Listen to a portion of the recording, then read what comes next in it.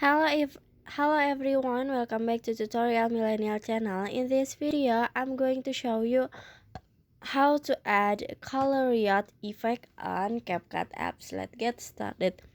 After you add the video that you want to edit, you just click on the effect at the bottom, this one.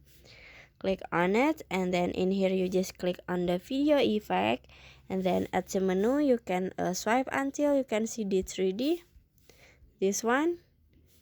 Click on it and swipe down until you can see a color Riot effect, this one.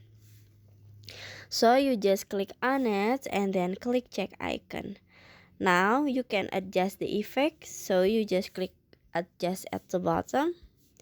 You can adjust for the intensity, for the speed,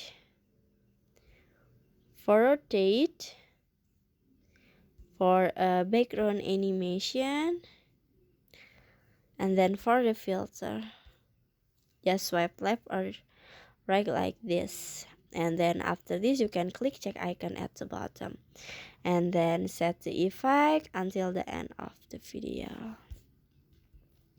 and finish. So that's how to add a color Riot effect on CapCut apps. I hope you found this video to be helpful. If you enjoy with the content, please consider like, comment, and subscribe down below.